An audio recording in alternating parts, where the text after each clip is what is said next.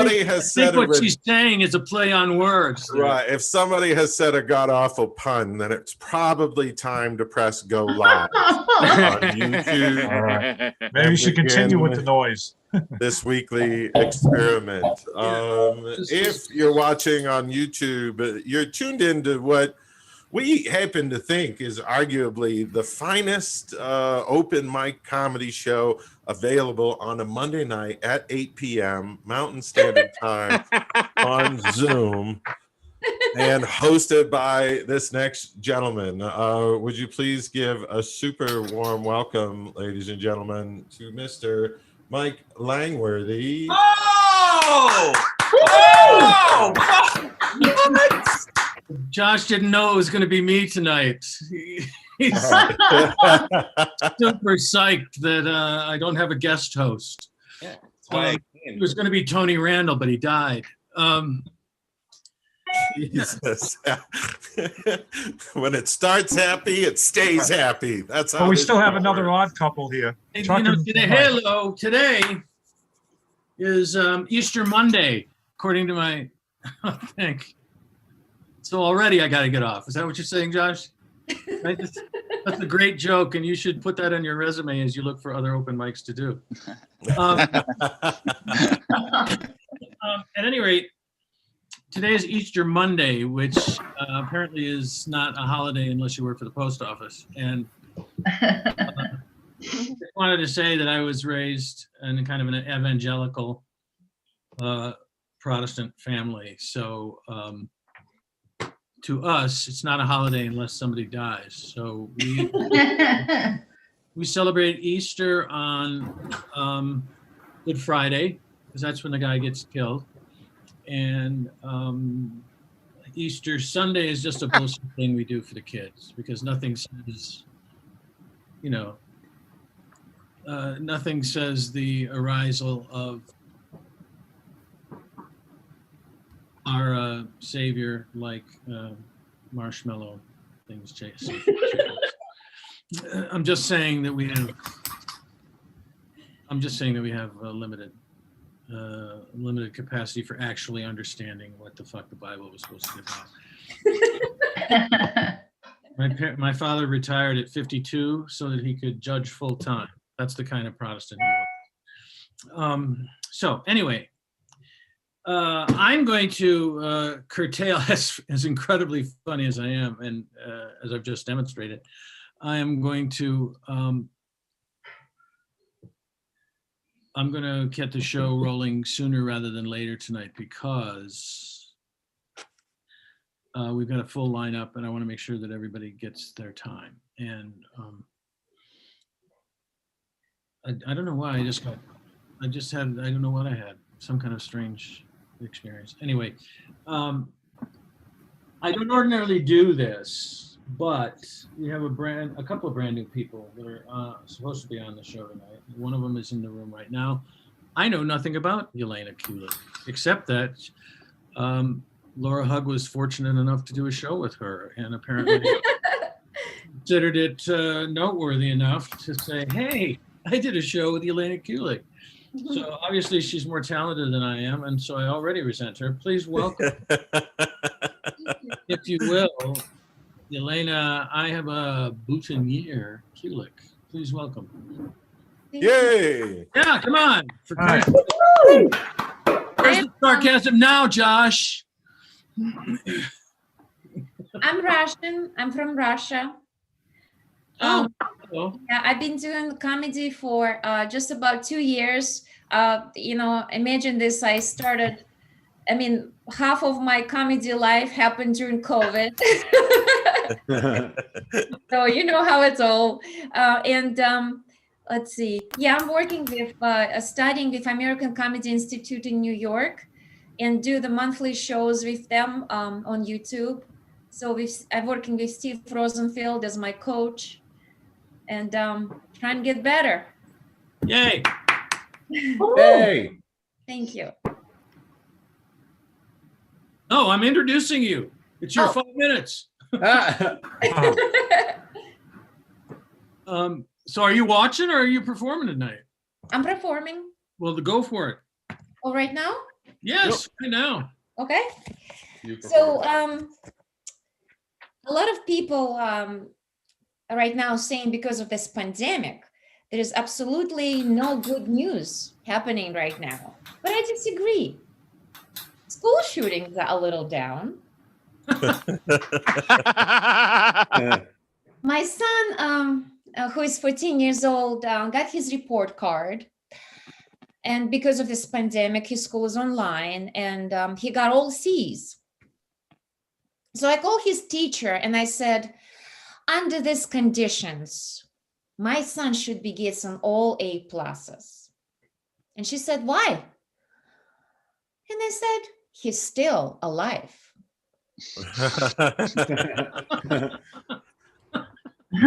My daughter took her driving test and she told me, well, because of the pandemic, the MVA officer will not get in the car with me. And I said, I'm so proud of you. You're just like me. When I drive, even before COVID, nobody will get in the car with me either. I used to hate going to the parties. I, prefer stay home in bed with a good book. But I don't feel this way anymore. I miss having my husband's best friend pinch me in the ass. I'll kill for that. I miss interacting with people.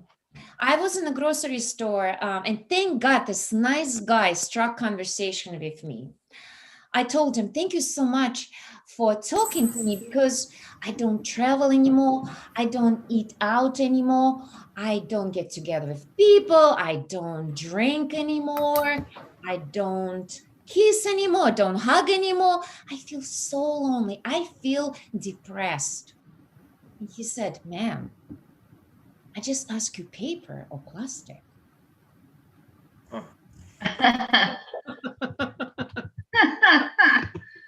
Department of Home Security recommends that they all have a survival bag.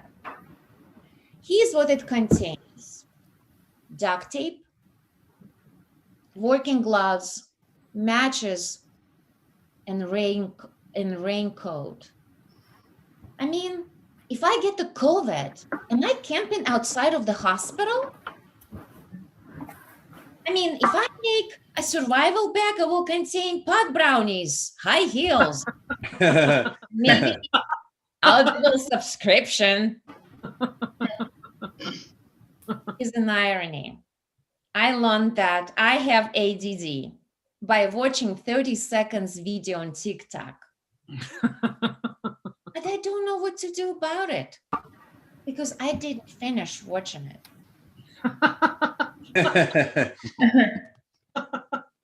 It seems that all my holidays last year were marked by the illness. Easter, we've got COVID locked down. My birthday, I got shingles. Thanksgiving, salmonella. Oh, Christmas, I celebrated in the way my Jewish friends celebrate. I fasted. I'm interested in this new popular trends in America right now, like cryotherapy, where you expose yourself to sub-zero temperatures. There are also intermittent fasting, where you starve yourself every day for most of the day. And then there's minimalism, where you live with less than 100 things and can't own anything.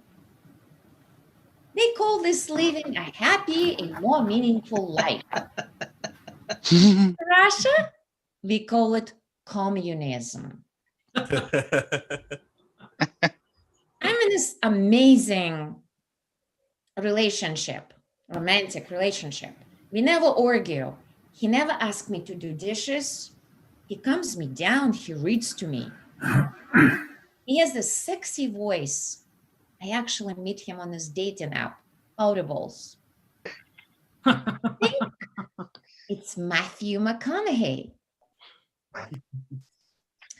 My husband called up to me and complained that I forgot to buy groceries online. And I said, what do you want from me? Don't you realize I'm on the computer right now, running the entire universe? He told me that I asked for presents, which is just too expensive. And I said, okay, I'll stop asking you for the swimming pool. He said, oh, thank you, that's better. And then I said, can I still get a pool boy? Thank you so much. I love you. Yelena Kulick. Yeah, I got some laughs. That's depression. Thank you very, very much. It's a pleasure to meet you. I hope you come back often. Just an FYI before I move on to our next performer, I spent like 4 months in a row in Moscow twice in the last couple of years. And you are by far the most delightful person. Even living there, you're still the most delightful person from Russia I've met. Well, let me say it this way. I'm not a typical Russian. I don't represent typical Russian community. For one thing, you're smiling. He But anyway, seems sober. This could be a lovely conversation for another time. Right now, I want to keep the show rolling, and we're bringing somebody who's I guess we call it a regular here on the open mic. His name is Jeffery Burden II. He'll explain why, or maybe not. Maybe he's going to do different material than I don't know. Stop pumping me for information. Jesus Christ, I'm just emceeing the show. What is this, Russia? Is this communist Russia or what? All right. That's very good, Ned. And I just punched it down a little bit. I hope you don't Thank mind. you, comrade. Tavarish, for God's sakes. Get with the program. Anyway, what I'm trying to say is Jeffery Burden II is performing starting now. Yay. Thank you so much. Good evening. My name is Jeffery Burden II because I don't know. I didn't name myself. That's the reason. Okay, just live with it. No. Everybody. I am a 43-year-old man with 2 degrees in college. Here's the thing about me. The lifelong learning never stops. Yeah. Yeah. I'm so poetic. Thank you. But I don't know if I needed to go to school for like 22 years to prove it, that the lifelong learning never stops. I could have read a book, but whatever. What do you do? I also sometimes I have to work on thinking. This is honest to God. I really have to work on thinking before I talk. It's a challenge that I'm trying to face. A couple of shows ago, I talked about how my father told me I was related to Marilyn Monroe, and the Isley brothers.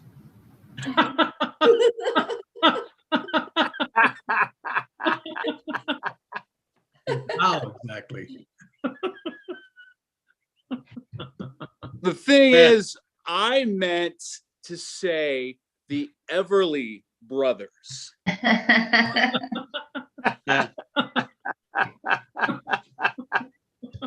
Now, I could be related to the Isley brothers, but I don't have the ancestral documents from like Northern Africa 20,000 years ago. I don't know if those exist. So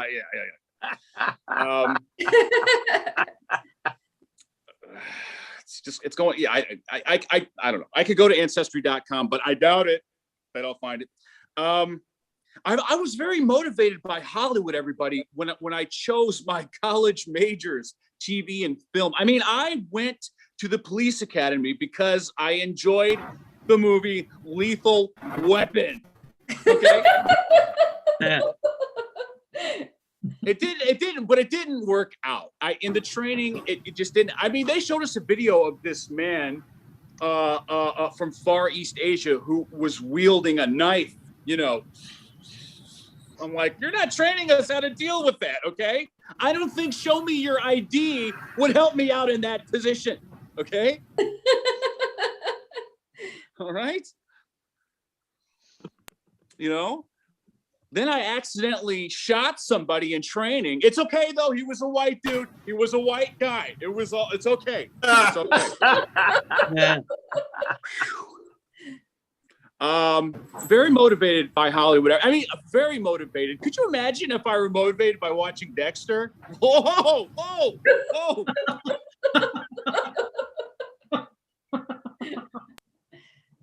I would have been in forensics. What were you all thinking? Come on, you guys. Forensics, blood pathology. Come on. Sure. Sure, that's what you were saying. That's exactly what I was saying. Yeah, sure. Oh Not my mass killing, goodness. not mass murder. Just Oh no. no, you wouldn't be a serial killer. God knows.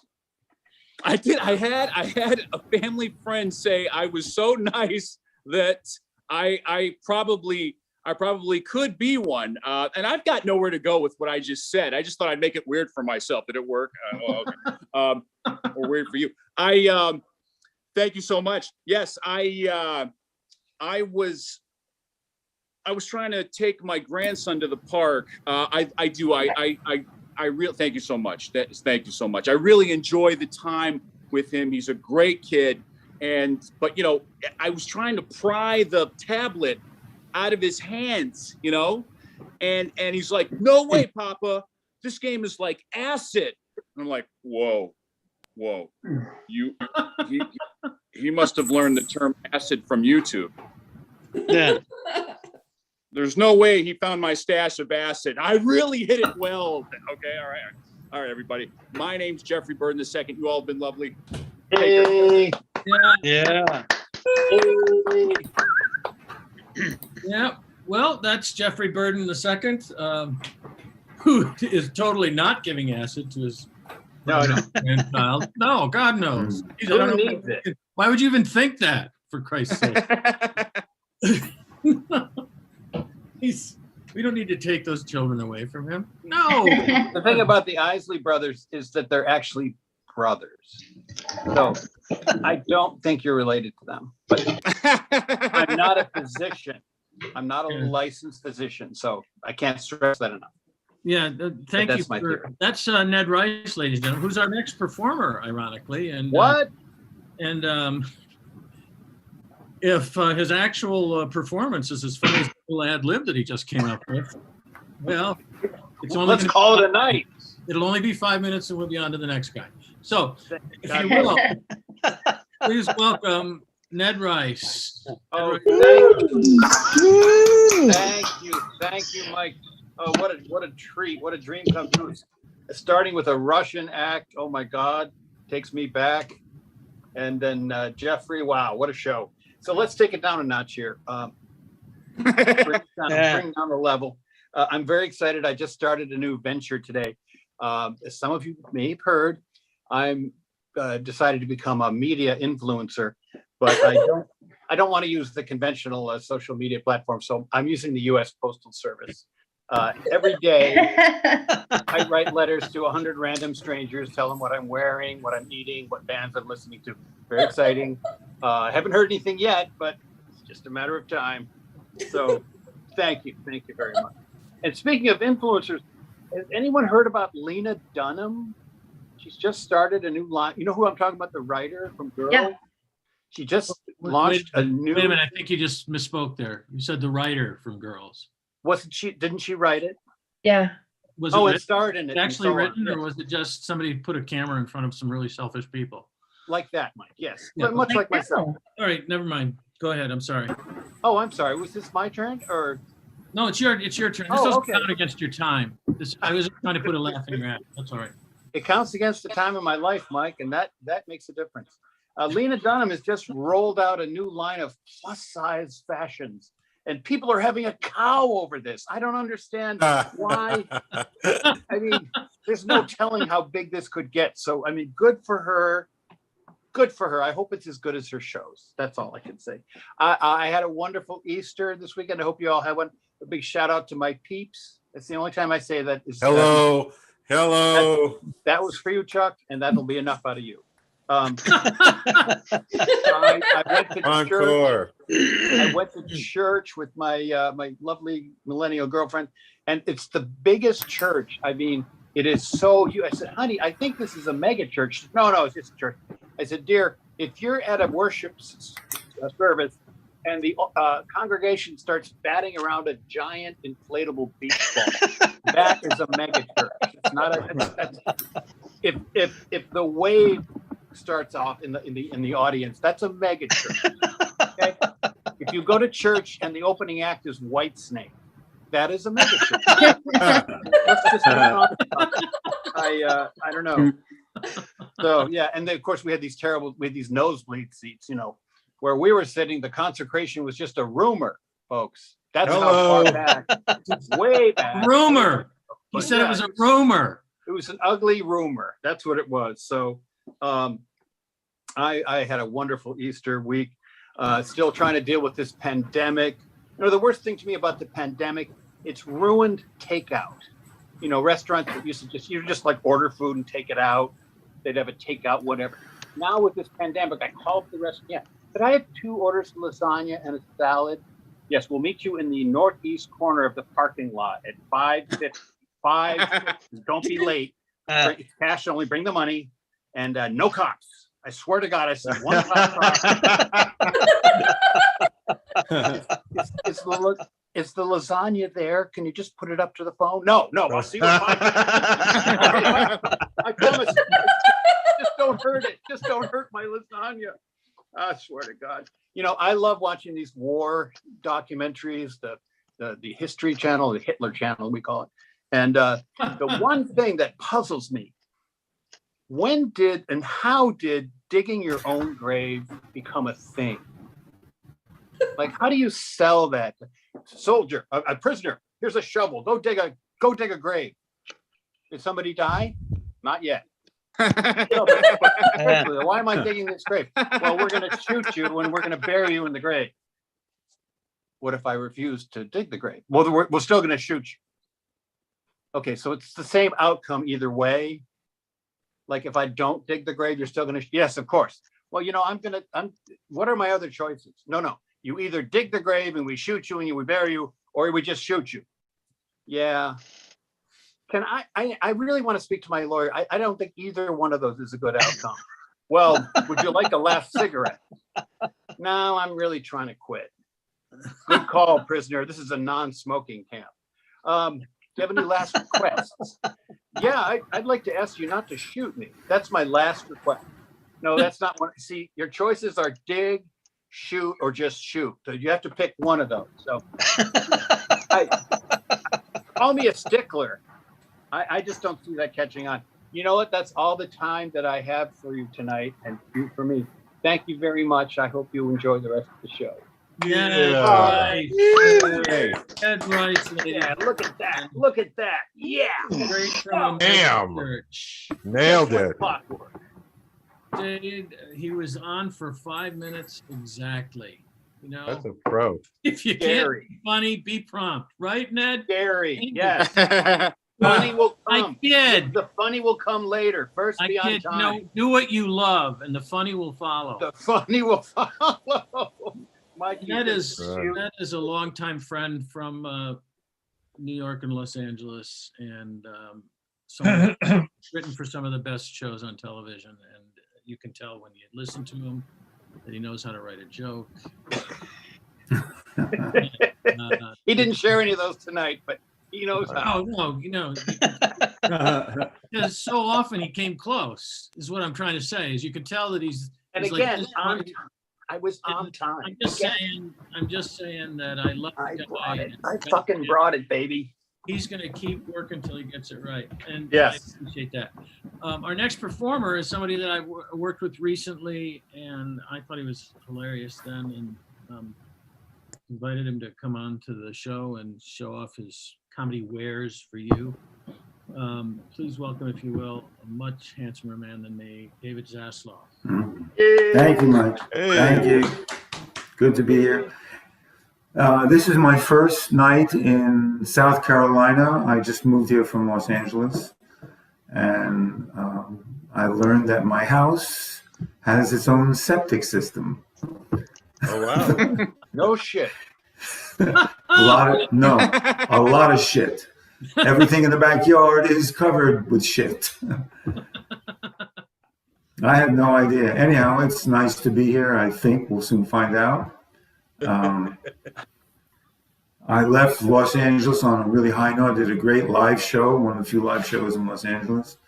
And boy, I really missed those live shows. It was great.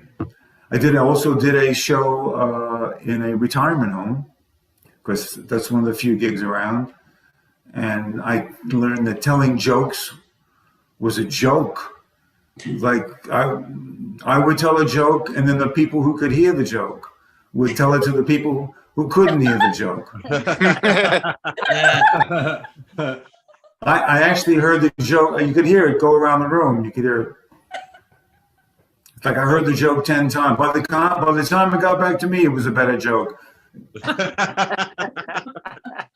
Yeah. I always like to talk about my book. I have 3 cats with me. I had 3 cats in the back of my car for 2,300 miles. Meow, meow, meow, meow, meow, meow, meow. I wanted to fucking kill myself.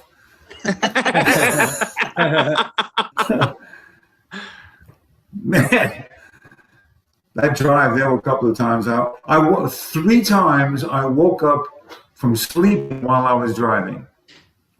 That was fucking. I wrote a book. I'm still working on it. It's called the Complete Book of Everything, Part 1.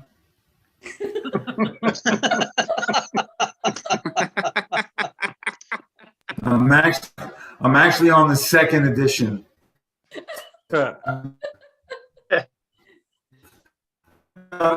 Writers, we're all writers, and we that's the beautiful thing about being comedians. We can write about everything. I wrote about abortion. Of course, I really have my own opinions about that. I'm anti-abortion for me. Anybody else can go the fuck do whatever they want, but for me, I'm one abortion. Fuck the church. Who gives a shit about the fucking church? Excuse me. They lie. Every time I listen, like the last time the Pope quit, they said, he didn't quit. They said he retired to put a new face on the church. And I thought, yeah, of course, the old face had a dick in its mouth.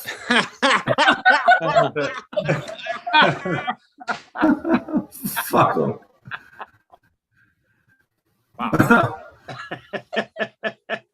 My favorite joke. I could end it right there. I love that fucking joke. And the people that don't get that, I don't want to talk to them. I got nothing to say to them.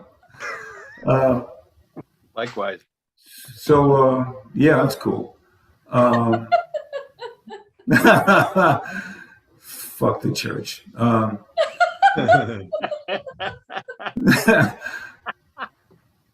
So I wrote about abortion because the big question in abortion is, when does the fetus become a person? All right, I think the fetus becomes a person when it stops calling home for money.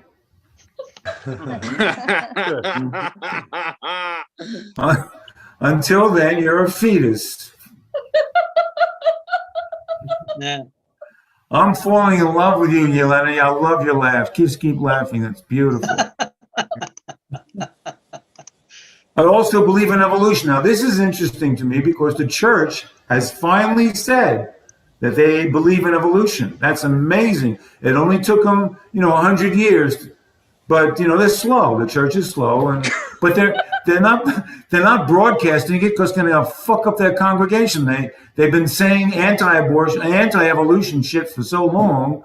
Then all of a sudden they're pro-abortion. They're gonna lose some money, and they're terrified. They're terrified of losing some fucking money. And they just make this shit up. We know that, that what the biggest con is not Donald Trump. Donald Trump is a con artist, just the worst.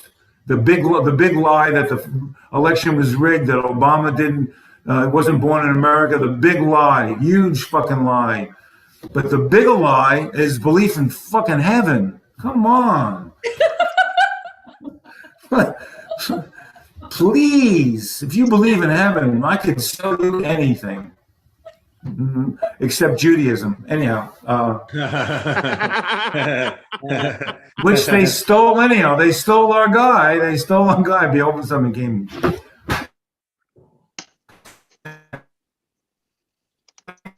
What happened? Froze. No. Oh no. No. Yeah, and there's That'll no learn God. you. That'll teach you to mock God. Right. Right. Now it should be better right now. Yeah. I have this little. Better, but there's no picture. I have a hotspot. I don't have Wi-Fi connected to the house yet. Yeah. Yeah, Okay. Well, it's amazing. It's amazing. So my thing, I was going to Cuba years ago to make an anti-Castro movie. Thank you, Mike. I see it. I remember. I think you got that from me. The last show we did, was the first time I used a flashlight. I did get it from you. I knew it. I take full credit for how brilliant that is. Yeah, it is brilliant. It is brilliant. So I met this religious guy going to Cuba to convert Cubans to his religion. And I'm thinking, as if Cubans didn't have enough fucking problems already. this asshole is going to try and fuck up their lives even more. So I said to him, hey, you don't believe in evolution? Yeah. He said, no. And I said, even with all the proof? And he said the proof didn't matter. And that's when I realized evolution was slower than I thought. But I'm happy I went to Cuba. My wife is Cuban, which is Spanish for jealous.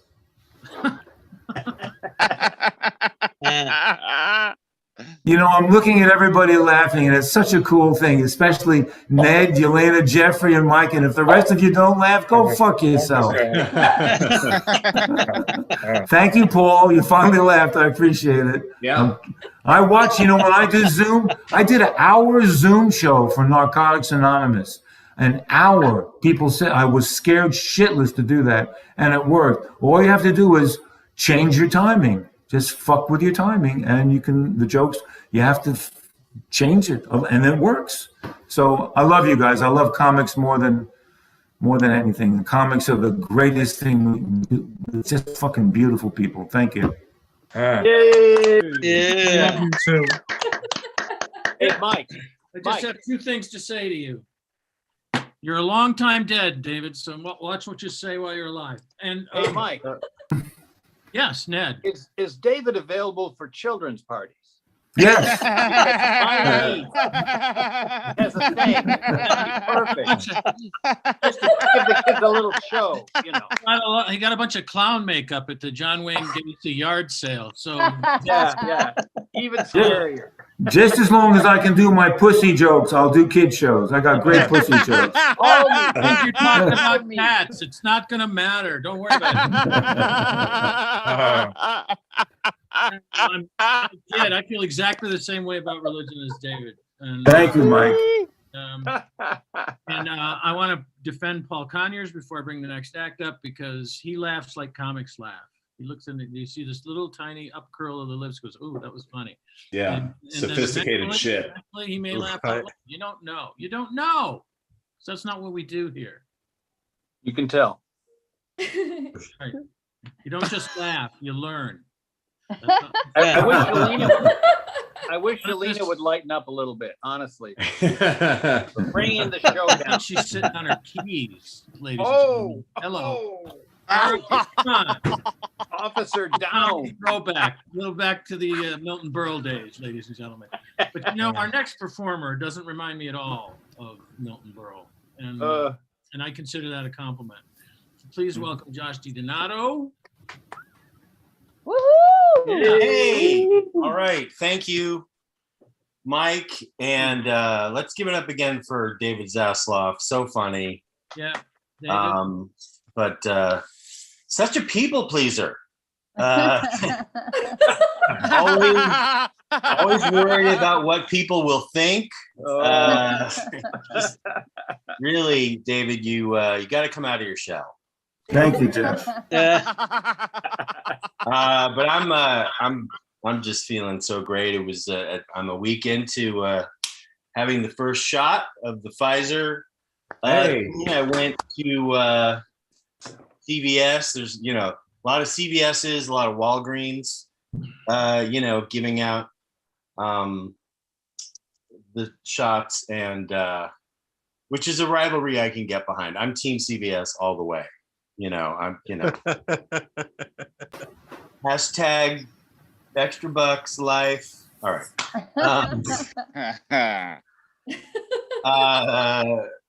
Yeah, a lot of talk about religion, I guess. It's weird. I think about religion or just spirituality and how people play with it. Sometimes I don't even, I have this one friend, Laura, different Laura, but who's Christian. And like, sometimes I'll just use the words Jesus Christ in conversation, but I'm not really thinking about, I'll just say like, Jesus Christ, it's hot out. And, she just convulses and winces and just like, cause it's her savior or whatever. And, but so I don't want to upset her. So, I want to change how I talk. And there's probably some other Christians lying around this country somewhere. So, maybe I feel like I should change how I talk in general, but I still want to blaspheme, but you can't just say, Buddha, it's hot out, right? Like, who would know what you're doing? So I came up with some ways to kind of get the point across to still blaspheme, like, Buddha's a registered sex offender, it's hot out.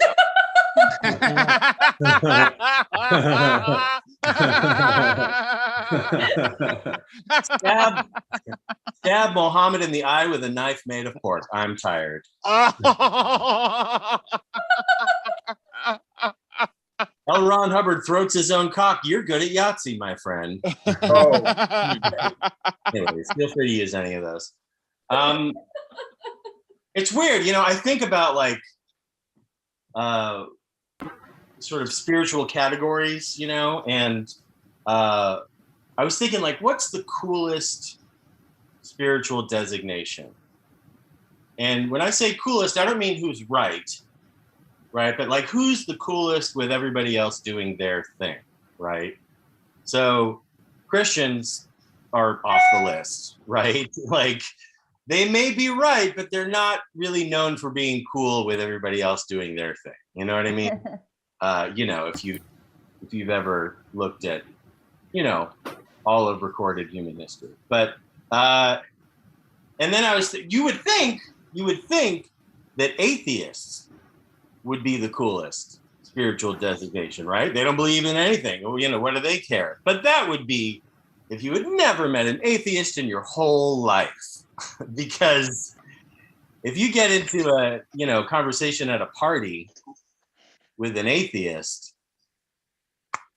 that's your whole night right there. There are a lot of facts and maybe even some opinions. Atheists are not short on either, apparently. And then I was thinking agnostics. That's got to be the coolest. They're like the coolest with anybody doing their thing, right? Because agnostic literally means not knowing, right? So I don't think that they're like evangelical agnostics, right? Like, what would an agnostic getting in your face look like? They'd be like, you might be right. Yeah, no, I don't know. Yeah, no, you probably are right. Sure.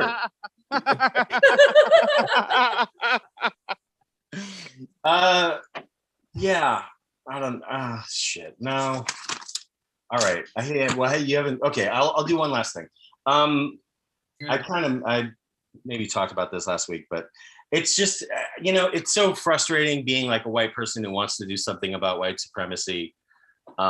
which is not weird, by the way. It's actually up to the white people more than the non-white people to do something about white supremacy.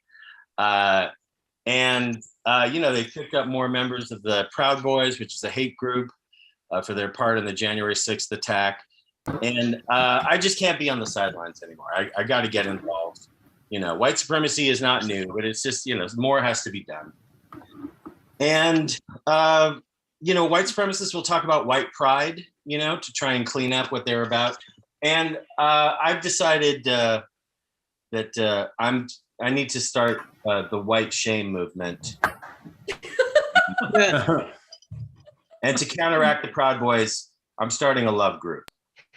So we're calling ourselves the Ashamed Lads. Yeah, so I'm working on the GoFundMe. A lot of stuff that white people have to answer for. Slavery, the Dave Matthews Band. Yeah. People basing their decisions on astrology. There have been a lot of things that we really need to address. All right. Thank you. Good night. That's Josh.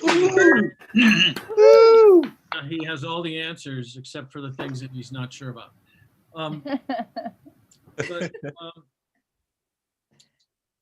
I was just going to say that, who did the whole, David did the abortion thing. And that was the second thing I was going to say to you. You got off, which was, you can always take the Republican point of view, which is that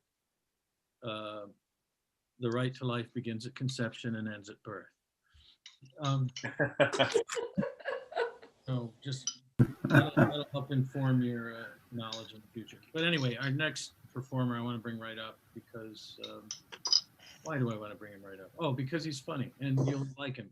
Bruce Lipsky, ladies and gentlemen. He's here often and he's funny whenever he's here.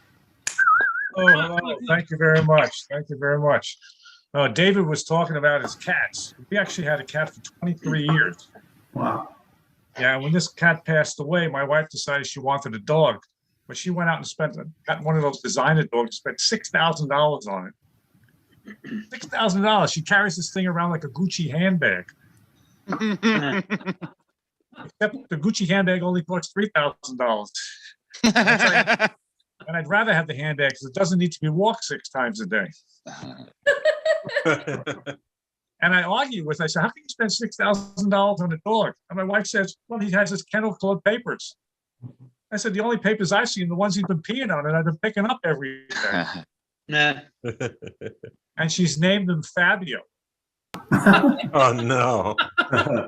I call him Houdini because right now sex is just a grand illusion in my house. And without the handcuffs. You know how hard it is to perform in bed when he has 4 legs and an extra pair of eyes? And a dog? Now he's trying to give me pointers. The other day he said, no. Now get on all 4s. What's that all about? And she dresses him in silk pajamas and a gold collar. He lays on my side of the bed, on my pillow, next to my wife, snoring and farting. I've been doing that for the last 30 years. That was my job. Now I'm starting to wonder who the man in the house is. I'm afraid to kick him out of the bed. I may get bitten, scratched, and growled at by my wife. And I haven't slept in 3 weeks. This dog has got restless leg syndrome. Constantly getting kicked and jabbed. And my wife says, how do you know it was the dog? And it's not fair. She put this dog on the science diet. Me, she put on the science fiction diet. Served me canned spaghetti and meatballs. You know those limp noodles with the glow-in-the-dark sauce? 30 years of marriage, I never once served my wife a limp noodle.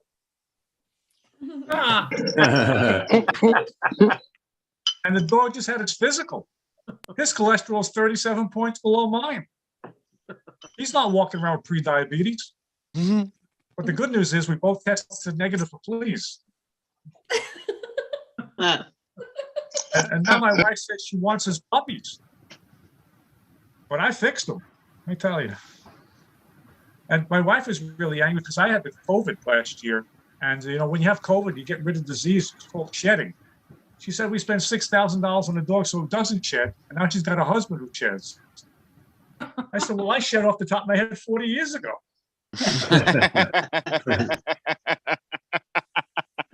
And this dog, the other day, a mobile grooming van pulled into my driveway. The Rough Life, R-U-F-F. I'm the one with the Rough Life. She spent $150 on a grooming session for the dog. Haircut, blueberry facial, nose and paw moisturizer. I said, why? He's rubbing his face and shit all day and smelling other dogs' asses. That's his spa treatment. Yeah. For $150, I should get the blueberry facial because for 30 years she's been rubbing it in my face. I think I need a husband rescue. Ah, Yeah. I tell you, having a dog and going on vacation is tough. We just spent $39 at the Holiday Inn hoping it had HBO. She spent $250 for a 5-star pet resort. And I said, why? She said the dog had to have Wi-Fi and cable. I said, what does he need Wi-Fi for? What is he going to surf the net on plentyofpooch.com and try to score my nickel? If I'm not getting it, I'm not paying for his romps, except maybe for his birthday. And I said, what does he need cable for? She says, you know how upset he gets when he can't watch his favorite TV show? Hydrants of the Rich and Famous. And I was so angry the other day. My wife, she says, I need to get some wool. I said, why? Is somebody having a baby? She says, no, I'm knitting a sweater for the dog. I said, what happens? I buy off the rack of clothes and you're making designer clothes for the dog? She said, well, he's a designer dog. It's not fair. Now we only go to pet-friendly restaurants. I was in a restaurant the other day. My wife calls the waiter up and said, my husband and I will share a burger platter. She says, bring the pet menu. Fabio will have the $29.99 salmon platter. I said, what does Fabio need a salmon platter for? She said, well, it's good for his coat. I said, he doesn't need a coat. You're knitting him a sweater. And Fabio didn't finish his dinner. Thank you. And Fabio didn't finish his dinner. Look at me, the schmo. I'm carrying out his doggy bag. And my wife is carrying him like a Gucci bag. Yeah. And the crazy thing about pet owners, you just got invited to a bar mitzvah. Coming of age of the dog. I had to listen to some guy recite a Arf Torah for 20 minutes. Oh. I said, I can handle that. But if this affair is being catered by Petco, I'm not touching a thing. My name is Bruce Lipsky. Thank you very much. Yeah. Yeah. Lipsky, Bruce, Lipsky, ladies and gentlemen. That's all I can say. He's always got something new. Every time he comes on here, he's got something new. I love that. We have a special guest tonight, Comedy Award winner, album guy, been all over the country performing. He may not even be in his home in California now. He may be on the road because he's gone back to live performing. Please welcome, if you will, Paul Conyers. Paul Conyers. Hey. Hi, everybody. Thank you, Mike. Thank you for getting the specifics of my resume correct. I'm a Comedy Award album guy. That is it. If I don't know anything else, I know how to introduce you. All right, that's good. Yeah, no, and I also I appreciate you defending my wry smile to David, but then I was like, well, now I can't laugh at anything Josh and Bruce says, or David's gonna think I'm an asshole. So I felt backed into a corner. That's the great thing about Zoom, though, is that, you know, like I've done shows where there's 8 people. I've done shows where there's like 130 people, and the great thing is, like, I only need 3 or 4 of you because that's all I can hear anyway. As long as like 4 people are feeling this, then I'm gonna walk away floating. So.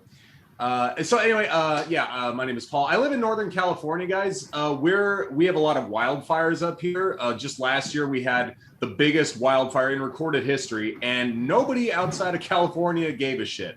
The only thing people heard about the wildfires is that QAnon Congress lady who blamed the wildfires on a Jewish space laser. Yeah. And you guys were like, oh, can you believe this person is in Congress? How low have we sunk as a nation? And we were like, yeah, we're burning to death. Could we table this conversation for a moment? Maybe get some super soakers over here. Our strategies for putting out the wildfires are insane. Like half our state will be on fire and you'll see footage of one red helicopter flying by and they'll drop like a bucket of water out the side. Like, oh, that ought to calm things down.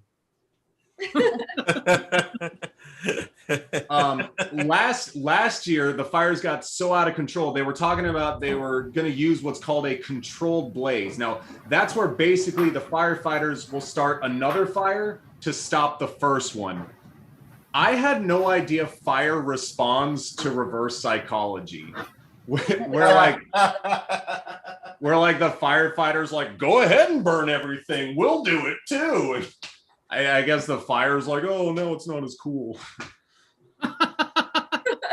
So I saw during last year's forest fires, one guy saved 3 families and got them out, but died trying to escape himself. And the news was interviewing the community about him. And one woman said, you know, this morning I saw an eagle soaring in the sky and I just knew that was him watching over us. And I was like, isn't that kind of a selfish mindset? I was like, you know, I mean, Jesus, lady, I guess this guy's never getting out of the forest. Like, I mean, like, why would, like, don't you think he's earned a break? Why would God do that to him? He was a hero. Oh, I mean, he was a hero. Now he's apparently a fucking bird. But don't you think the forest is like the last place he wants to come back to? Like, I feel like he's earned a change of scenery. You know, maybe something with a wetter climate. Maybe he could come back as a starfish or a dolphin. They're endangered. Just anywhere where the risk of fire and obnoxious neighbors is going to be a minimal.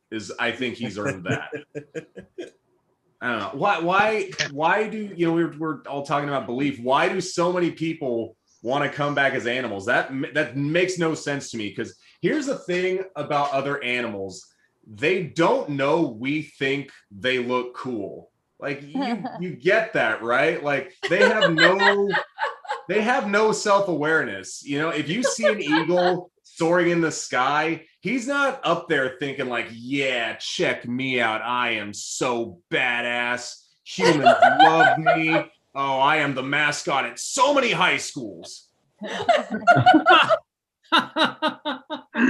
If you were an eagle soaring through the sky, you'd be thinking one thing. Gosh, I hope I don't starve to death today.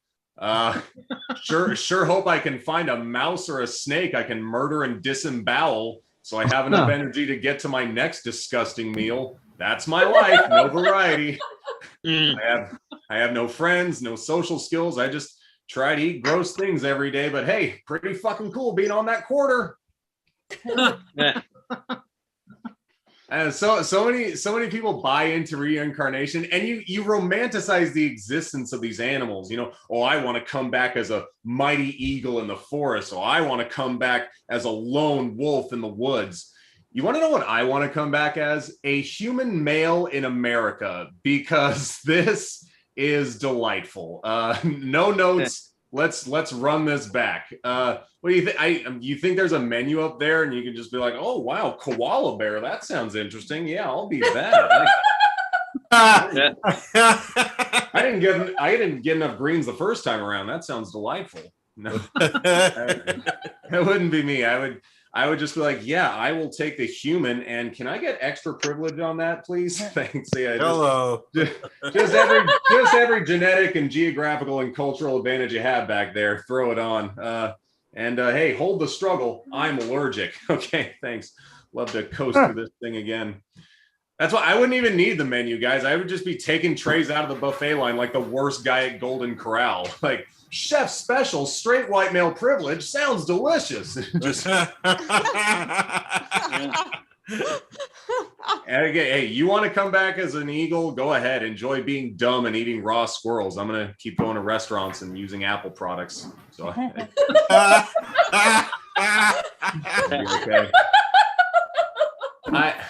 I don't know. I don't buy into reincarnation. I don't really believe in anything anymore. Like a couple of the other guys, like I don't know. Closest thing I ever came to a belief system was I used to eat Subway every day for lunch, and once I found out that Jared was a predator and their sandwiches actually make you gain weight, I was like, there's nothing left for me to hold on to anymore. Like I've got nothing.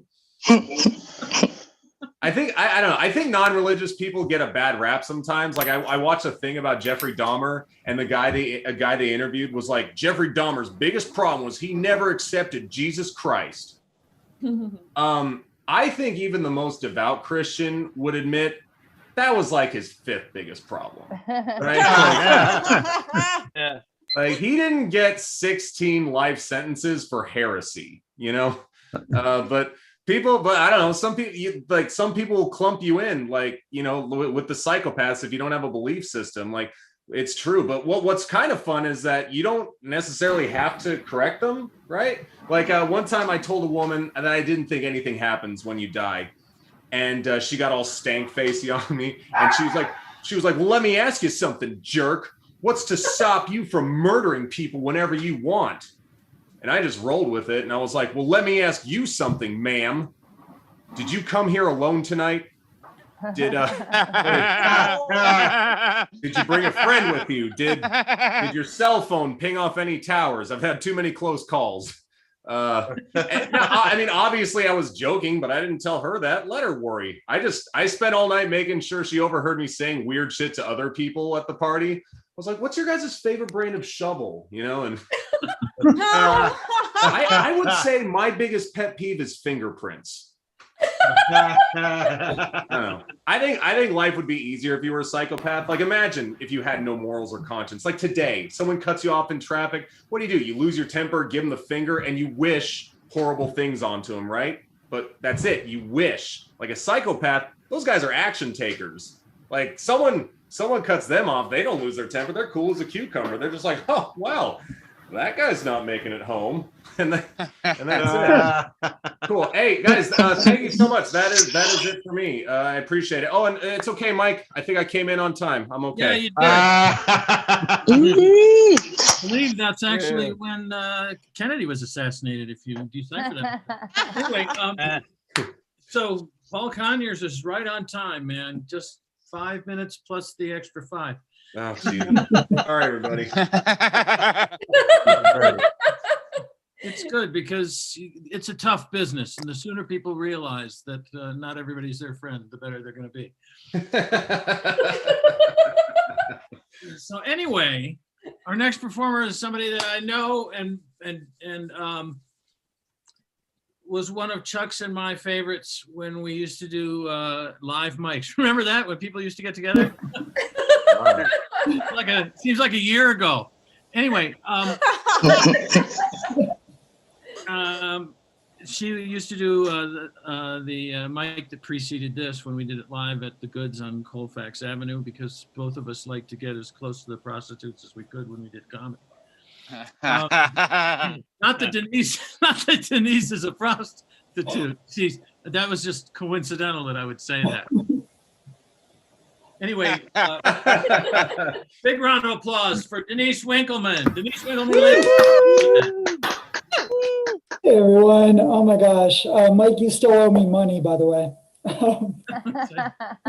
You better have 50 bucks in that pocket when you come by to see me tonight. It would be a hell of a commute, but it is so good to be here. You guys are so funny. Oh my gosh, Paul, like, I was going to say, if he was still on camera, like, I'm in Los Angeles and I barely knew the wildfires were going on. Yeah, that's what I hear. I just walk outside and every now and then it's like, oh, it seems smoky today. Like, I guess I'll still go to the weed store. I don't know.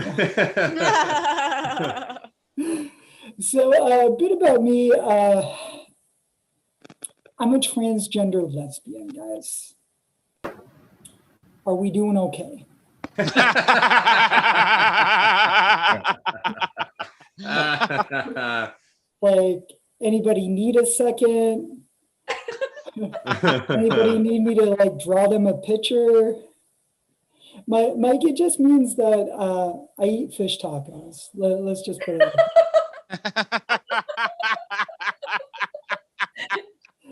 I mean, you guys seem pretty woke. So could somebody like go back to Minnesota with me and help me explain it to my parents? Because they have no idea what's going on. My parents are redneck Christians. And my mama was so concerned when I transitioned. She was like, oh, Denise, oh my gosh. Are you going to have to start giving back 30% of your paycheck every week?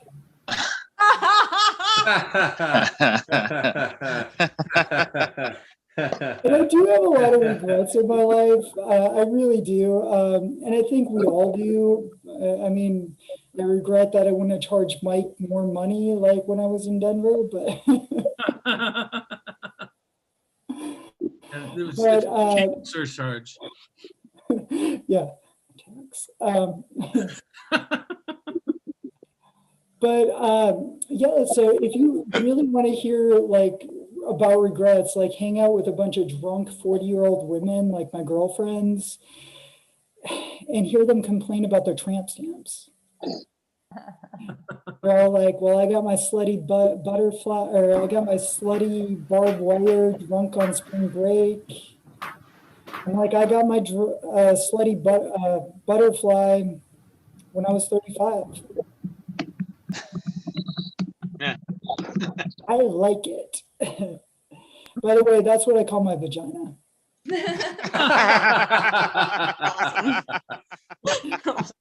But I wish I would have moved to California when I was 18 and started stand-up. What I did do was I moved to Cincinnati and I became a professional wrestler.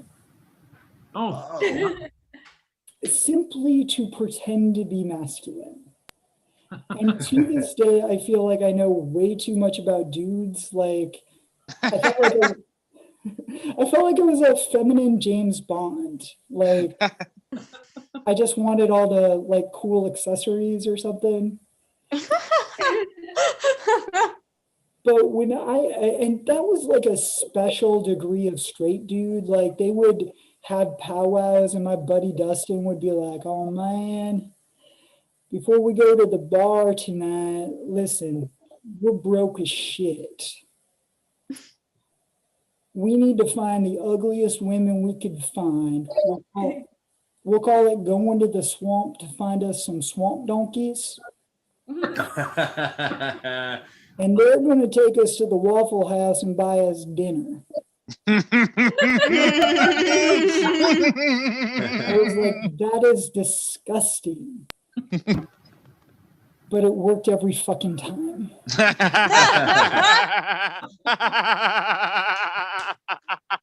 And when I came out to these guys, like it was a big deal. I see it.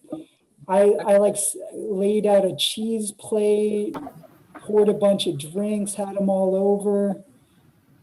They looked at everything and they were like, oh man, we're such a woman. I was like, funny you should say that. I'm actually going to transition and become a woman. And they just took a deep breath and looked me up and down. They're like, you know, kind of like you're all are doing right now. Yeah. They're like, fuck, man. I thought you were going to tell me something serious. I thought you were going to tell me you had the herpes. What'd you say you throw on some lipstick and go down to the Waffle House with me? I'm like, am I the donkey in this situation? They're like, fuck yeah, you are, man. You're buying the hash browns. Yeah. That's what I got, guys. My name is Denise Winkelman. Thanks so much. Denise Winkelman, ladies and gentlemen, Denise. This is awesome.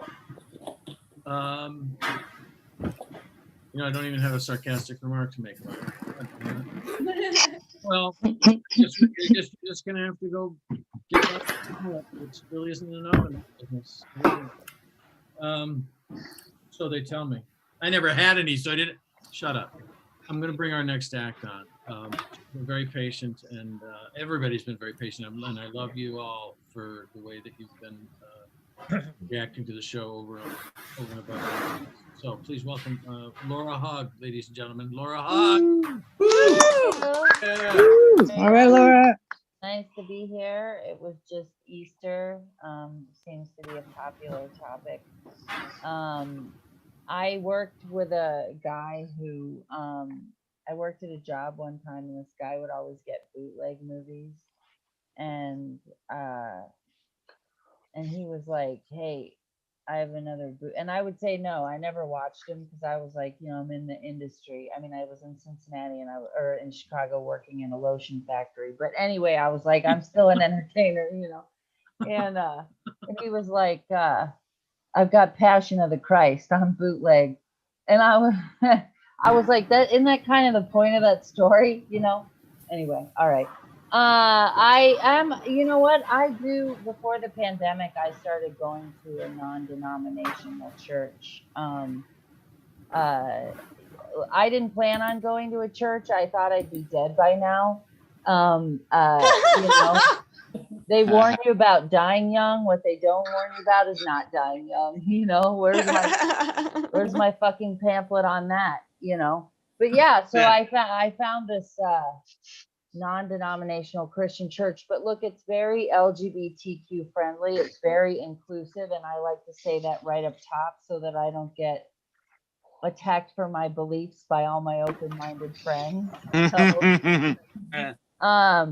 I believed in God when I went there. I get my belief in God like the rest of my family from 12-step programs. This is funny. We don't pray before we eat, but we do pray when we think it'll get us our driver's licenses back. Which God knows are the only sincere prayers people say, except when they think they're pregnant. So, and I know, I know all the things, but like, there just wasn't enough singing of, in celebration of the miracle of getting off probation in all my recovery meetings, but my church is not a high stuffy church, it's very down to earth. The pastor wears a zip up hoodie, and I'm pretty sure that's just so she can breastfeed during her sermon. In fact, the last time that I went there before the pandemic drove us to virtual church was I wore leopard print. I wore a little piece from the Kardashian collection. I hope you were able to get some of their pieces before all the Sears went out of business. But I wore leopard print. I was leaving the house. My roommate, who was a Catholic, was like, "You think Jesus would approve of leopard print?" And I'm like, I don't know. There were 2 cougars on the ark, So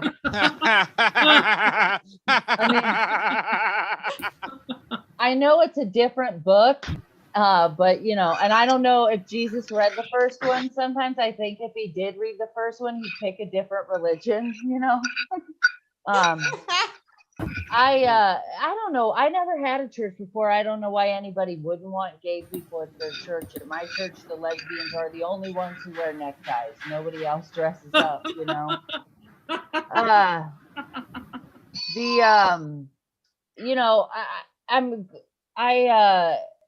I guess I also am the kind. I'm like, I know Christians are terrible, and I mean.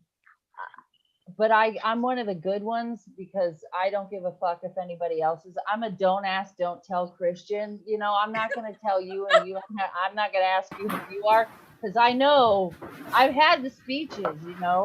I can tell you the first time I went to the church, they were giving that. Thank you. I see the 1-minute flashlight, or either that, or I'm having a No, it's probably a migraine. But yeah, okay. You got a minute.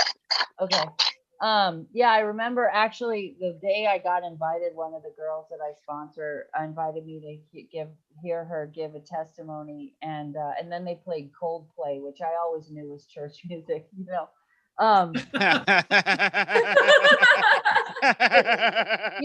It's the kind of church every once in a while they read something from the Bible. I hear more about Jesus at open mics than I ever do at my church. You guys should come. You'd love it. But I remember they were talking about Cain and Abel, and like all the misdeeds and all the, crimes that Cain committed against Abel, and all I could think is, I bet Cain was hot. So okay, that's all I have. Thanks very much. Oh, man. I am so glad there's no God. We would all be up shit creek. Just saying. I'm just saying.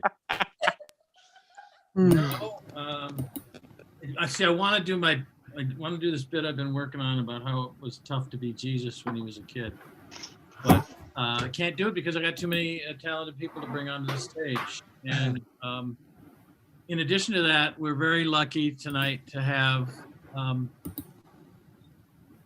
a children's show host that came onto the show a few weeks ago, and he impressed me with his songs and his memes, whatever that means. And hey, how many Gen Zers does it take to change the light bulb? Mom! Anyway, please welcome, if you will, Bronco Brad. Bronco Brad! Woo!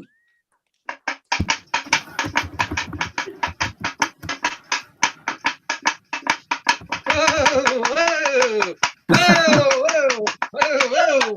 Well, thank you there, boys and girls. And hey, whoa, I'm sure glad to be here with all of you nice people here at tonight's Bronco Brad birthday special. Yes, indeed, we're going to talk about how to save the earth. Yes, indeed. Hey, boys and girls, are you ready to get started? Yeah.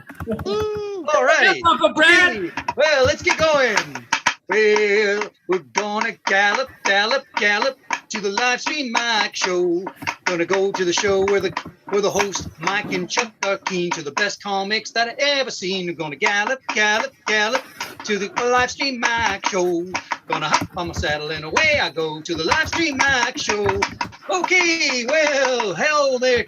Why don't you settle down there, Natty Pine, and get going here? Yes, all right. Okay. Hey, boys and girls, of course, we can't start our show without my special little science friend. It's Wally, the happy talking neutrino. Well, howdy again, Wally. Hi, Bronco Brad. Hi, everybody. Hey, Wally. Now, just to remind people, you are the smallest particle in the universe, correct? That's right, Bronco Brad. And the next smallest is what now? Oh, that's the anti-neutrinos. The anti-neutrinos? Yeah, they're the big bullies that come up to your face and go, hey, yo, neutrino, get the frig out of here. Well, that is kind of dang darn mean, ain't it? You better believe it. That's when I roll along. You just roll along? That's right, I roll away. I even have a song to sing about that. We'll go right ahead. I roll away, I do. I roll away, I do. Okay, well, that's dang darn good. Well, I'll see you later. Okay, bye-bye. All righty. Hey, boys and girls, I want to do a new song for you here for our Earth Day special. It's going to be a doozy, yes, indeed. Let me pick up my guitar here. I'm going to tell you all about it. Let's see here, just tune up a little bit. Yes, okay. All right. Hey, here we go. Well, boys and girls, Earth is such a lovely space. It just makes me want to cry. Cold crust above and hot magma below, like a deep dish apple pie. Yes, just think what would happen if Earth went completely bust.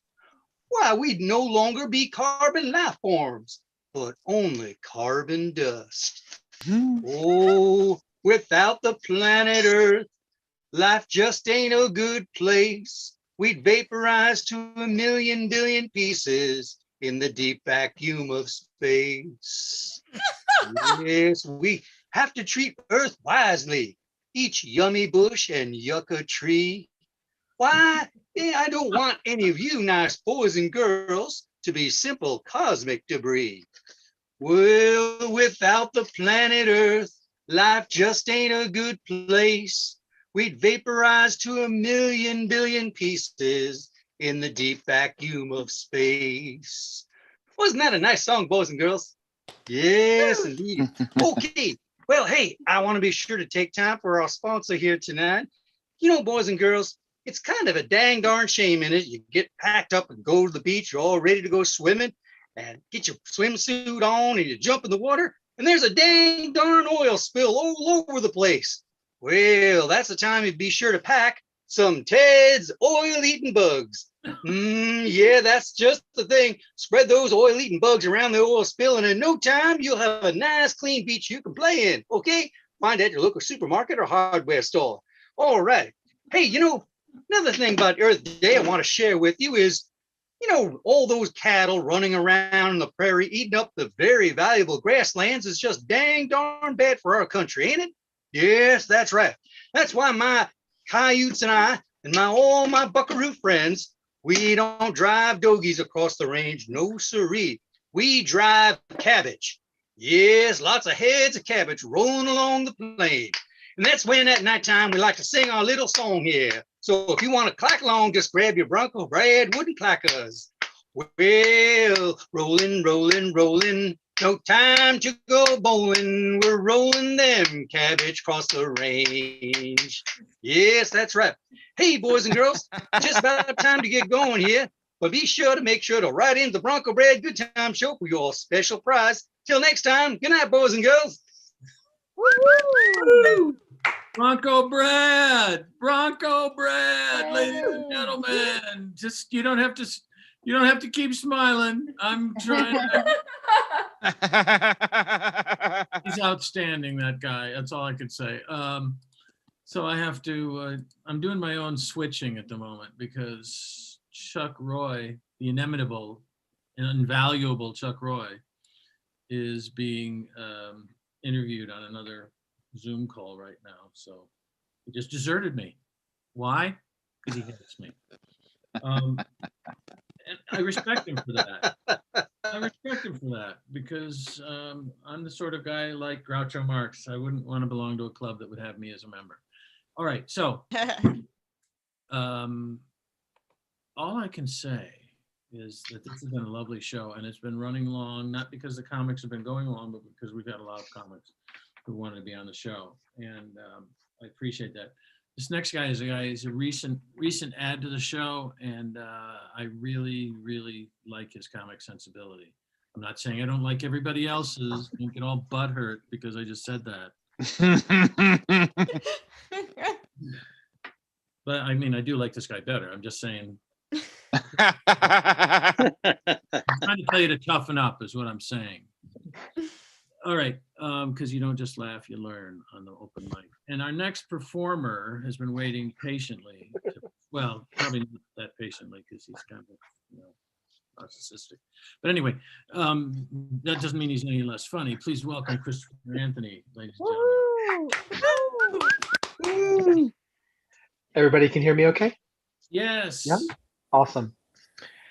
All right. I mean, okay, I feel obligated to do a few Jesus jokes just because of the evening. So I've always wondered, what if Jesus was the first cross-dresser? You know what I mean? I think it was Wait a minute. that thing was just so boring without him.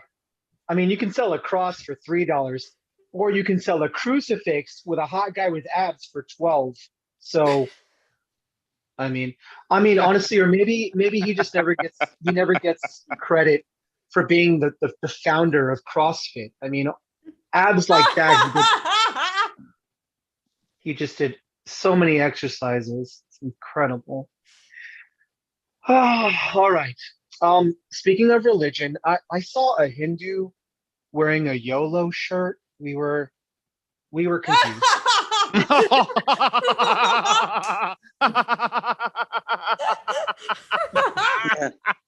Because either I don't know religion or he doesn't know fashion. I mean, I don't know. I tried. I don't want to use any trigger words. Okay. I saw a girl wearing a shirt that said, "I woke up like this," which led me to believe she fell asleep like that.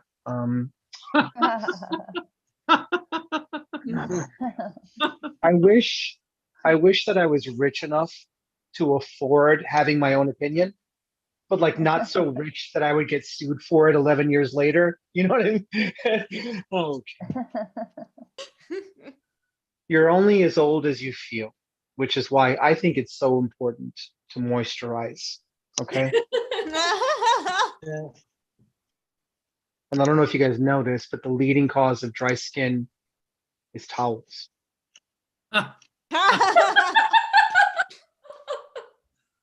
Sunlight and heat, close second, but towels have caused more dry skin than anything else. So be careful.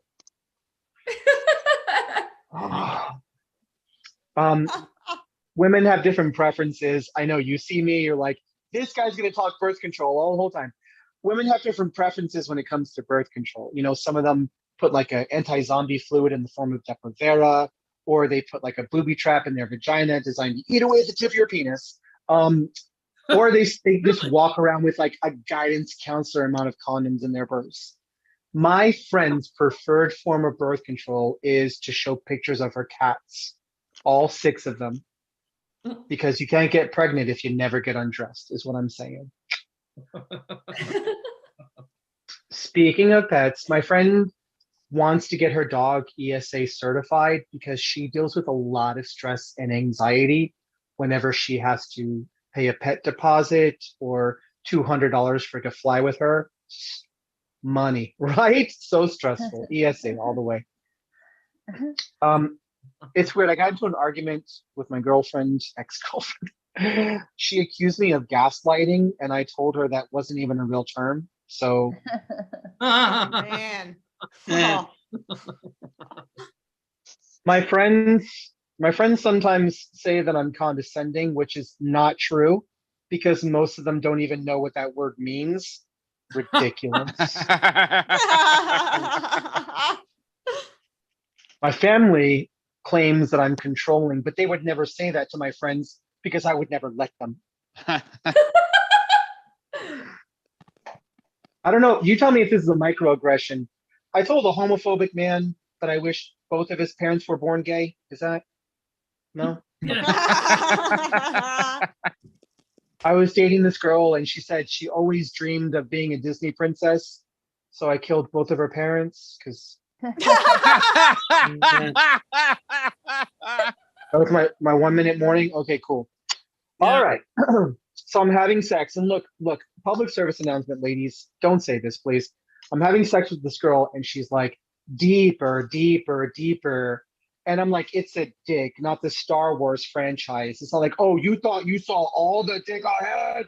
There's still more episodes of dick. Not nearly as interesting as the original 3 that first got in there, but it doesn't matter. It's more, right? Because I would never be having sex with a girl and just shout, shallower, shallower, shallower. I mean, we met on Tinder. It doesn't get any more shallow. Am I right? Just photos, no conversation. And finally, look, my ex drives for Uber, which I think is great because she loved taking strangers home. And now she loves Airbnb because she can fuck different dudes but remember the same address. It's so, where are you staying? I was just there. There's probably stains on the sheet. They never washed them. All right, you guys have a good night. Thank you. Yeah, everything was great right up until they never washed the sheets. I'm just saying. I'm just saying. All right, our next performer, another person who's had a bunch of sets here and is amusing, and plus she's a great life coach, and you'll see why. Please welcome Paula Mattocks. Hello. All right, Mike, you know, I like to give you the clap you can tell your mama about, so thank you for hosting these mics. I appreciate you very much. Speaking of STDs, you guys know why they don't put pregnancy on the list of STDs? No. So Mother Nature can find her bitches, y'all. Be careful. Yeah. She will stomp all over your fucking plans, man. Can I just tell you? Shit. Yeah. Back when I was young and dumb and full of a lot of bad ideas, I thought it was a good idea to get married and have kids. No. The only good thing about that is the kids weren't bastards, you know? Can I fucking tell you? And also, I like to brag. They all have the same dad, so yay me.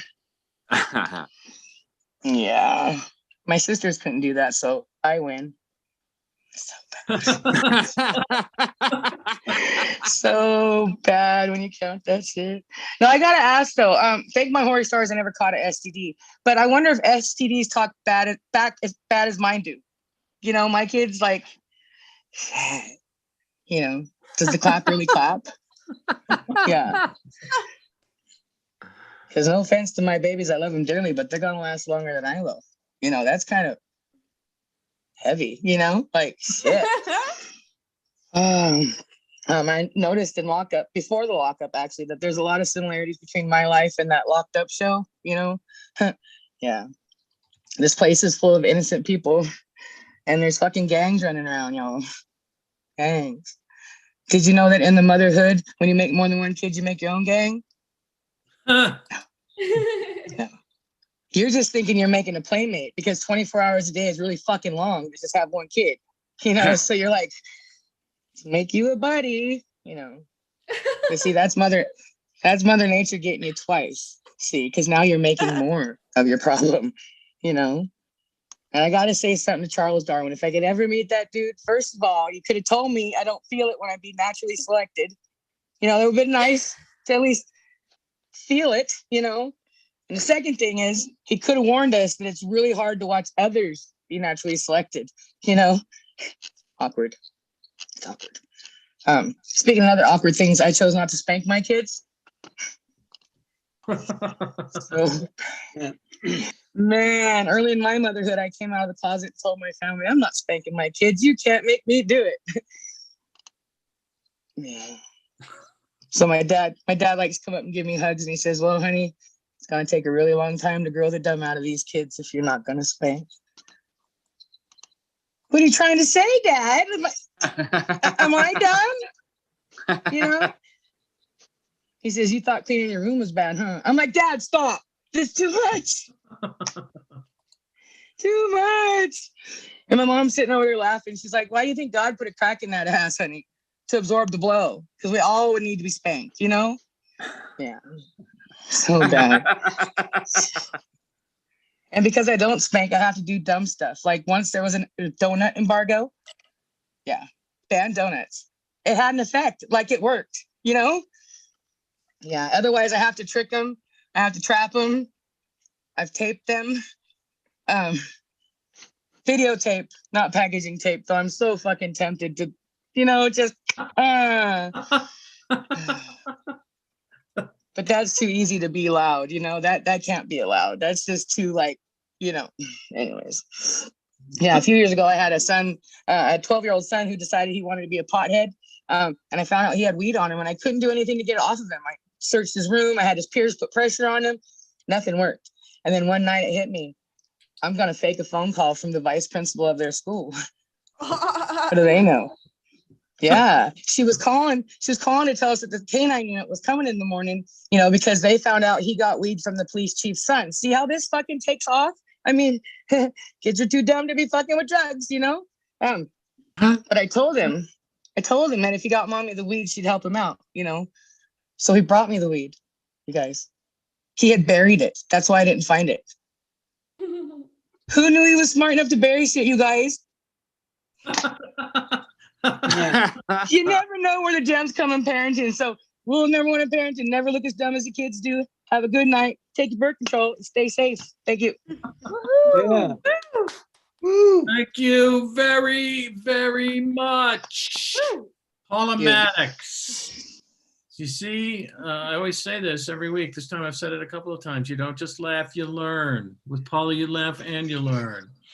I wish you'd met me 8 years ago when I could have done something about it. I don't know what's going on in the background. Someone seems to be twisting. Someone else's STD talking. Someone else's STD. Be that as it may. No offense. They're important. No judging or anything. God, no. Not at all. No, hell no. Hell no. Far be it from Paula to judge somebody for having that kind of STD. Anyway, you know what I'm saying is we have a performer who was just taping across the hall in Philadelphia and decided to come over here and close our show for us. I'm a big fan. I won't wax too poetic about this because, you know, it starts to get creepy after a while. And by the way, one of the headlights on your car is out, Danny. Anyway, no, I didn't. I don't know what you're thinking, but no. Anyway, please welcome our headliner for this evening, Danny Rydell. Thank you so much. Mike, how would you know my headlights are out? I have an early 90s Miata. I know what you've got. I mean, you know what? Why don't we discuss this later?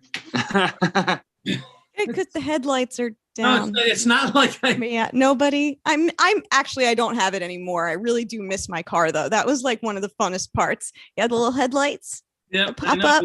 Just whoop, whoop. You say hi to each other. Yeah. And then when the asshole on the other side doesn't do it back, you feel bad for like 40 minutes.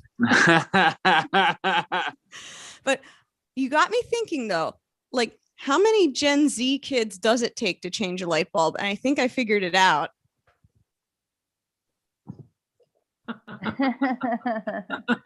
Yeah. I don't know. I mean, I don't know what Gen Z kids do. Like my favorite form of birth control is being middle-aged.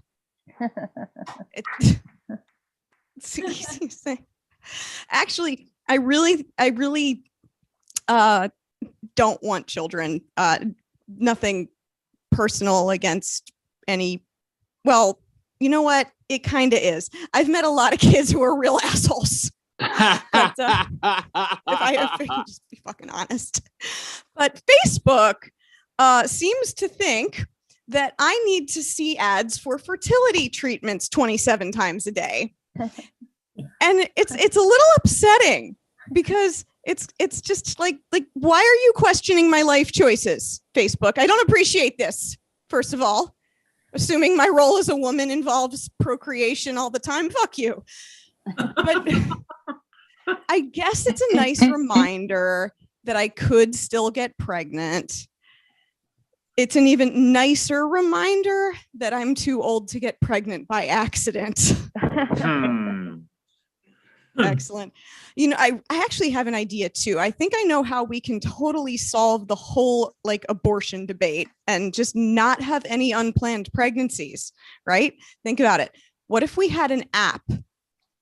What if we had it'd be kind of like an IUD, except it would just kind of hang out on the side and have Bluetooth.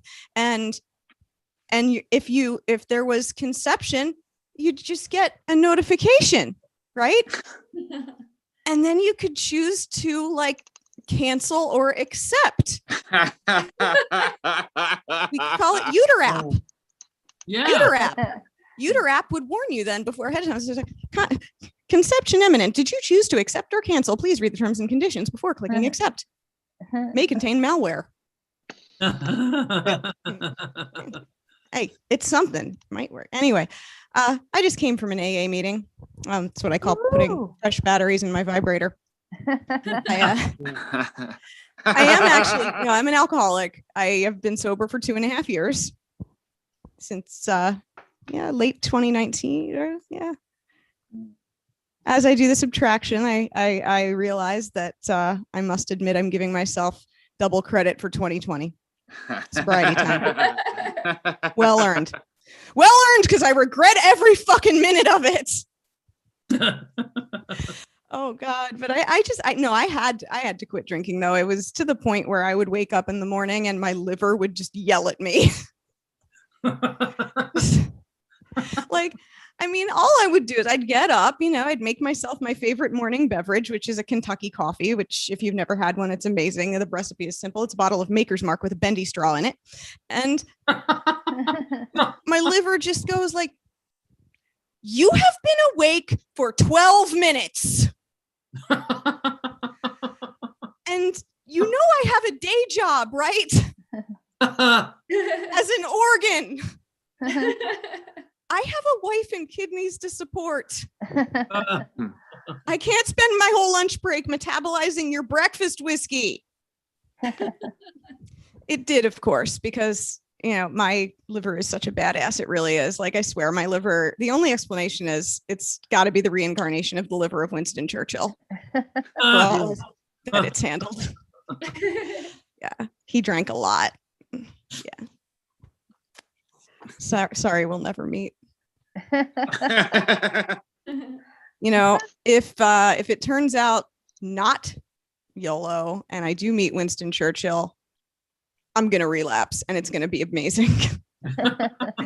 Fucking blast.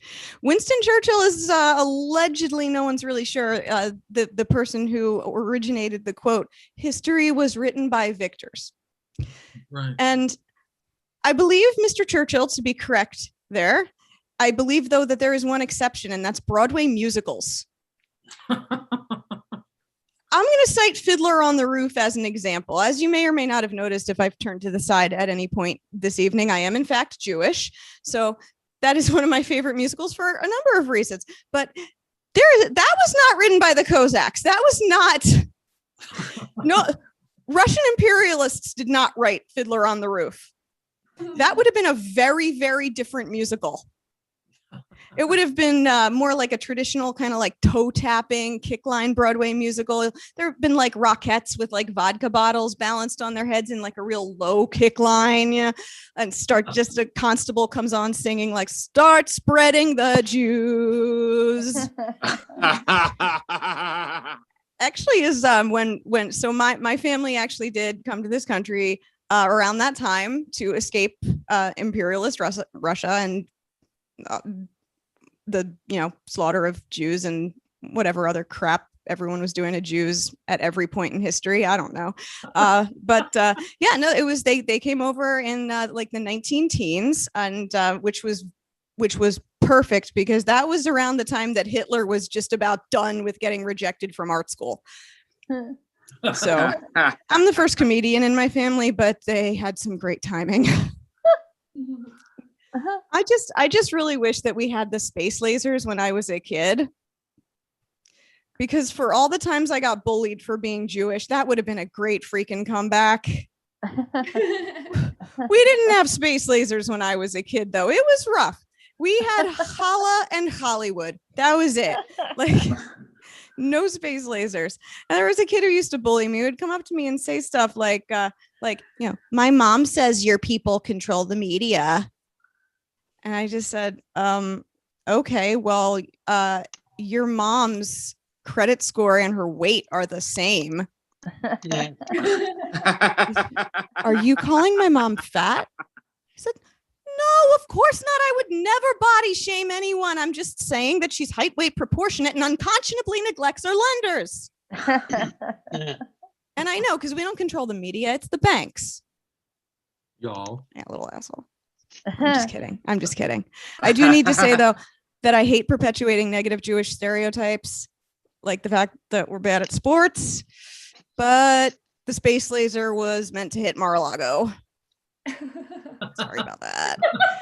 I'm Danny Rydell. Thank you, everyone, very much. Have a good night. Danny Rydell. Danny Rydell, ladies and gentlemen, thank you so much.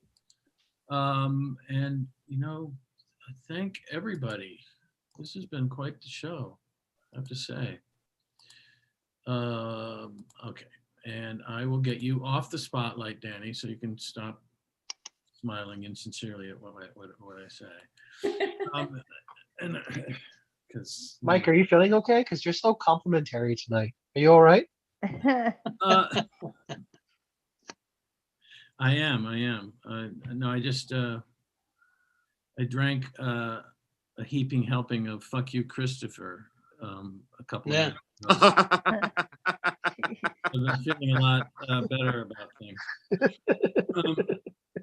Anyway, this has been a lovely show. We've had a lot of variety, and we had people who I'd never seen before, and I was really thrilled to meet people that have been here before. And one thing I want to compliment everybody on was the large amount of new material that I heard from people who have been here for several times. Because this is an open mic, and it's great if you want to work on polishing a particular 5 minutes, but it's also supposed to be a safe space for you to work on new material, and it sounds and looks like people are taking that seriously. So I feel like it's fun. And Thank you guys for putting this on YouTube. I went back and saw my previous set, so I didn't repeat myself. oh, well, thanks, Christopher. It's really nice that you guys do that. Seriously. Yeah, no question. Yeah. Thanks, guys. Really.